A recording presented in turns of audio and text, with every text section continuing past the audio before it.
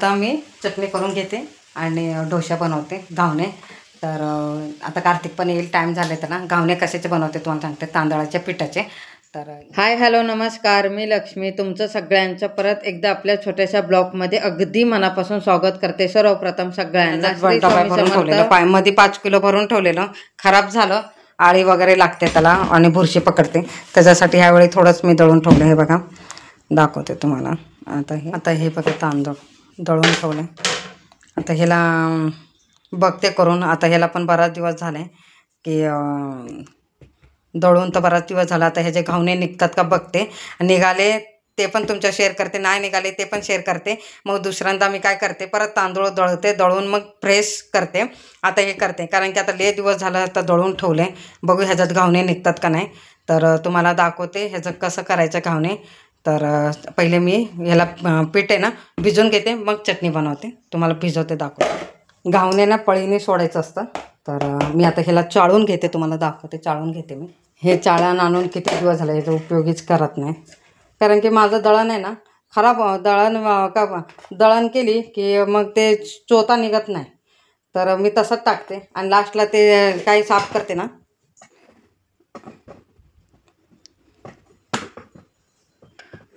लास्टला काय पीठ मी साफ करते ना, म्हणजे कसं होते, चक्किया साफ करते ना तेव्हा निघतो ना चोथा, तो चाळूनच घेते आणि तसंच मी करते. मग मला उपयोगीच पडत नाही. आणून एक हा मोठा एक आणला आणि छोटा फक्त उपयोगी पडतो, मोठा मी जास्त उपयोगी करतच नाही. तर हे बघा, मी चाळण करून घेते. आता लय दिवस झाले त्याच्यासाठी, महिना झाला, महिना दीड महिने झाले आणि आपल्या करायचा वेळच भेटा. हे बघा कसं झालं. आता पहिले मी थोडं करून दाखवते आणि नंतर मग करते, नाहीतर परत एकदमच भरपूर केला आणि खराब निघाला तर की पीठ वाया जायचं. आपलं भाकरी करायला होईल ना, दळण गरम पाणी टाकून. जेवढं पातळ लागते ना तेवढं करायचं. जेवढं पातळ होईल तेवढं. घट्ट पण घट्ट असलं ना तोतडं बसल्यासारखं होतं, चांगलं लागत नाही. आणि लय पातळ असायला पाहिजे. तुम्हाला मी दाखवते आणि एकसारखी दाखवते. आणि ह्याच्यात मीठ टाकायचं लक्षात नाही, मीठ टाकतात. थांबा तुम्हाला दाखवते. चवीपुरतं मीठ टाकायचं. आता हे लय झालं, बरोबर झालं. ह्याला हे आहे ना घावणे ना, तर आपलं नारळाच्या चटणी बरोबर तर चांगलं लागतं. चाय बरोबर तर एक नंबर लागते. गरम गरम चाय करायचं आणि गरम गरम घावणे, आणि चाय आणि घावणे खाऊन बघा किती एवढं सुंदर लागतं ना. मी तसंच करते. आता पण तुमच्यावर मी तेच करणार आहे. चटणी तर बनवणार आहे, पण चाय पण बनवणार आहे आणि खाणार आहे. आता अजून घट्ट आहे, हे बघा घट्ट आहे. आणि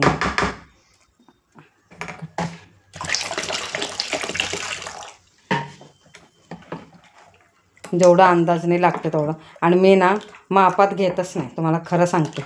मी सगळं ना अंदाज मारते. हे बघा, आता मी आहे का व्यवस्थित.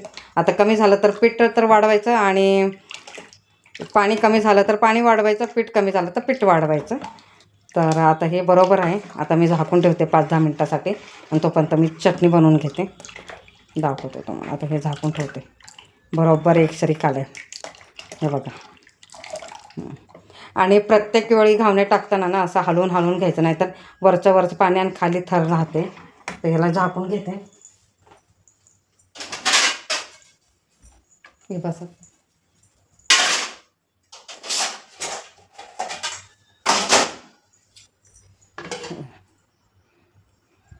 पहिले ना ह्याला ना कापून ना धुवून घेते. आता फ्रीजमधले दिवस झालं तसंच आहे. आता बारीक बारीक कापून घेते आणि स्वच्छ पाण्याने धुवून घेते 2-3 वेळा. त्याच्यावर काय वास वगैरे येत असलं तर. आता तुम्ही कसं करता, ठेवलेल्यावर नारळ फेकून टाकता. मी तर नाही फेकून टाकत. धुवून चांगलं असलं तर वापरते. लय खराब झालं, वापरायचं लायकीचं नसलं तरच मी असं फेकून टाकते. शक्यतो मी फेकून टाकत नाही, कारण नारळ पण खूप महाग झालं आहे. फेकून कसं टाकायचं. 40 रुपयाला एक नारळ झाले. तुमच्या इथे कितीला नारळ झाला मला कमेंटमध्ये नक्की सांगा. तर असे त्याच्यासाठी आपलं काय करायचं, कधीतरी नारळाची चटणी खायचं असलं तर आपलं सांबारच बनवून खायला, तुरीच्या डाळीचं सांबारच बनवून खायचं. कारण की एवढं नारळ महाग झालं आहे. आता मार्गशीर्ष येणार आहे, अजून नारळ किती महाग होईल माहीत नाही. सुकं नारळ पण महाग आहे, ओलं नारळ पण महाग आहे. तर टाकून देत नाही अजून. हे बघा, कुठंच बुरशी लागली नाही. हे बघा अजून चांगलंच आहे. तर मग कशाला टाकून द्यायचं, फक्त एवढंच की 2-3 पाण्याने स्वच्छ धुवून घ्यायचं. आता हे सगळं मी कापून घेते आणि धुवून घेते. कापून झालं आहे. आता मी 2-3 पाण्याने स्वच्छ धुवून घेते आणि मग नंतर तुम्हाला दाखवते पुढे. तर आता मी पहिले धुवून घेते.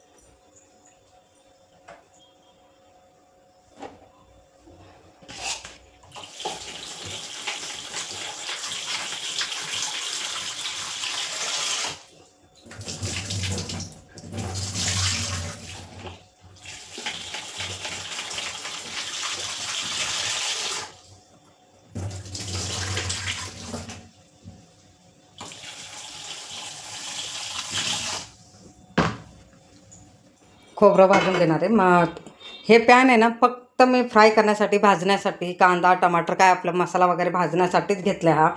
तर ह्याच्यात भाजलेला पूर्ण लोखंडाचा आहे. तर ह्याच्यात भाजूनच मी मसाला करते. आपल्या साध्या ह्याच्यात नाही करत, ह्याच्यात सगळं भाजते. आणि तडका पॅन पण आहे लोखंडाचा आणि हा पण आहे तडका पॅन. तुम्हाला दाखवते बघा. हा तडका मारते आहे आणि ह्याचा सगळे मसाला भाजते. जे काय भाजायचं आपलं वाटण करायचं भाजायचं ते ह्याच्यातच भाजते. तव्यात भाजत नाही, कढईत नाही, काय नाही, फक्त हे ह्याच्यातच भाजते. आणि आता मी खोबऱ्याची चटणी करणार आहे. तर मी ह्याच्यातच आता सगळं काय काय भाजणार आहे तुम्हाला दाखवते बघा. गॅस तर चालू केला आहे बघा. तर हा सॉस पॅन आहे ना गरम होण्यासाठी ठेवते. चांगलं गरम कडकडीत चांगलं गरम होऊन दे, मग त्याच्यात भाजते तुम्हाला दाखवते. चांगलं भाजलं आहे. आता मी हे खोबरं टाकते. खोबरं आहे ना हे बघा भिजत ठेवलेत. तर पाणी नितळून टाकते. पाणी नितळून टाकते ह्याला. तर आता लय दिवस झालं तसं ठेवलं आहे चांगलं. आणि खाऊन बघितलं चांगलं आहे खोबरं, त्याच्यासाठी ह्याची चटणी बनवते. आता मला असं वाटतं ह्याची चटणी आता जास्त होईल. खोबरं पण जास्त आहे. आता ह्याचं पहिलं पाणी सगळं हे करून घेते. त्याच्यानंतर मग बाकीचं काय ॲड करायचं ते सांगते तुम्हाला मी. तर हे खाऊन बघितलं चांगलं आहे खोबरं, त्याच्यासाठी ह्याच्या. आणि ही चटणी जास्त होणार आहे. तर झालं जास्त तर संध्याकाळी डाळ कापला वरण भातचं कुकर लावते. वरण भातवर चटणी खूप चांगली लागते. तुम्ही खाल्लं नसेल तर एकदा करून बघा. कारण की मी लय वेळा असं आहे की चटणी बनवायची, वरण भात लोणचं पापड एक नंबर लागते. तर मी मुंबईत असताना मी तसंच करायचे. तर राहिलं तर ते खोबरं आहे, राहिलं तर मग टेस्ट करणार आहे. आता चटणी जेवढं खायचं आहे तेवढं मी. आणि आता कार्तिक यायचं टायमिंग झालं आहे. तो 2:30 वाजता येतो आणि तोपर्यंत बनवते. आता ते पीठ तर दळून कपलं भिजत ठेवलं आहे आणि ह्याची चटणी बनवलं की गरम गरम खाता येईल. आता येईल कार्तिक अर्धा तासात. 2 वाजलेत. अजून मी पण नाही जेवली, जेवायचं. आणि आता ह्याचं पाणी आहे ना पूर्ण हे झालं आहे. आता ह्याला ना थोडंसं गुलाबी रंग येईपर्यंत भाजून घ्यायचं. पहिले ह्याला व्यवस्थित भाजून घेते, मग त्याच्यात तेल नाही टाकलं तरी चालतं आहे. तर ह्याला तेल सोडतं. आता ह्याला भाजून आता पाणी सोचलं आहे पूर्ण. आता बघा ह्याच्यात मी काय टाकते. मिरची, तुम्ही मिरची 4 मिरची टाकते. मला तिखटले लागते त्याच्यासाठी मी ही पण काही एवढी तिखट नाही तरी पण मी टाकते. 4 मिरची, 10-12 पाकळ्या लसणाच्या. आता हे सगळं भाजून घेते.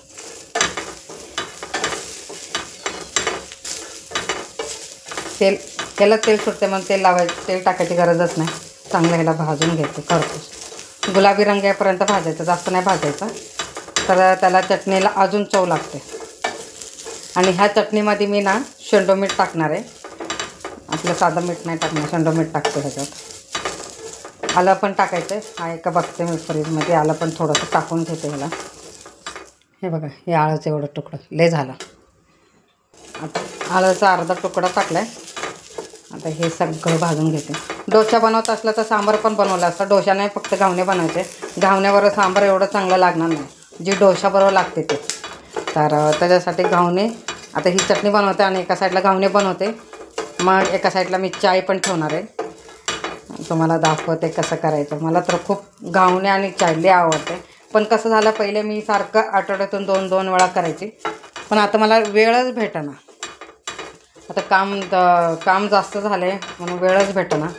नाहीतर मी आता परत चालू करावं म्हटलं की घावणे आठवड्यातून 2 वेळा घावणे बनवायचं, उपीट बनवायचं, पोहे. सकाळी कसं भाजी चपाती एकाला कुठं भाजी सुट्टी असली तरच हे सगळं आहे कामाचा ह्याच्यात नाही होत. आता हे सगळं व्यवस्थित भाजून घेते. ह्याच्यात ना फुटाणे आणि शेंगदाणे पण ॲड केले. त्याला ते दिसलं मला समोर डब्यात, ते पण टाकलेत. आता हे बघा, ह्याच्यात बघा मी काय काय ॲड केलं आहे. फुटाणे, शेंगदाणे, थोडं जास्त नाही टाकलं. मिरची, लसूण, आलं आणि खोबरं. आता हे सगळं ना चांगलं भाजलं आहे. आता मी हे वाटण करून घेते. बघा ह्याच्या भरते. आता वाटण करून घेते. ह्याच्यात टाकते.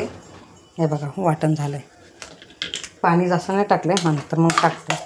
हे असं मी आता बोलायला लागले कारण की ना कार्तिक घरात नाही. मग कार्तिक घरात असलं की गोंधळ घालतो, टी व्हीचा आवाज सगळं गोंधळ घालते, असं बोलता येत नाही. तर मग मी वरतून आवाज देते.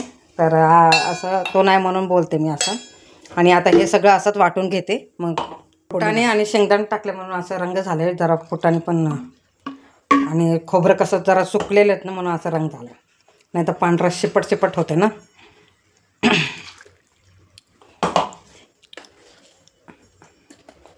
लय घट्ट झाले म्हणून आता तुम्हाला म्हणणार त्याच्याला एवढं पाणी. आता तुम्हाला दाखवते. बघा चटणी किती झाली आहे. आता ही फ्रीजमध्ये ठेवून खावं लागेल आता, नाही तर संध्याकाळी डाळ भात बरोबर संपून जाईल. अजून पाणी ॲड करावं लागेल ह्याला. वरतून पाणी ॲड केलं आहे पण बरोबर झालं आहे बघा. जसं आपल्याला पाहिजे चटणी तसं झालं. आता मी ह्याच्यात फोडणी मारून घेते. तर सॉस पॅन घेते. गरम झाले आणि तेल टाकून घेते.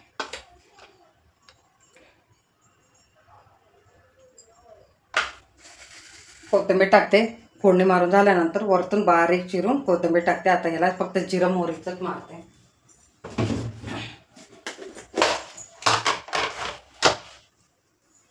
तेल तर चांगलं तापलं आहे. आता जिरं टाकून घेते. सॉरी, राई टाकते पहिले, जिरं टाकले. बघा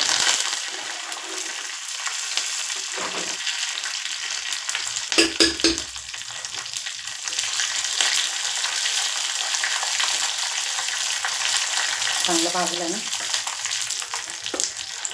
आता गॅस बंद करते. मसाला तर बघा भाजला काढून घेते.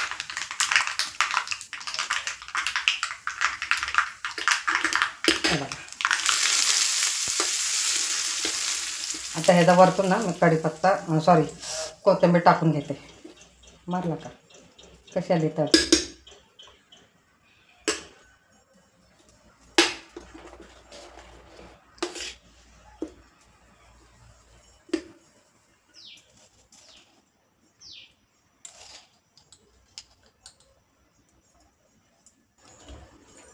हे बघा बारीक असं कट करून घ्यायचं हातावर.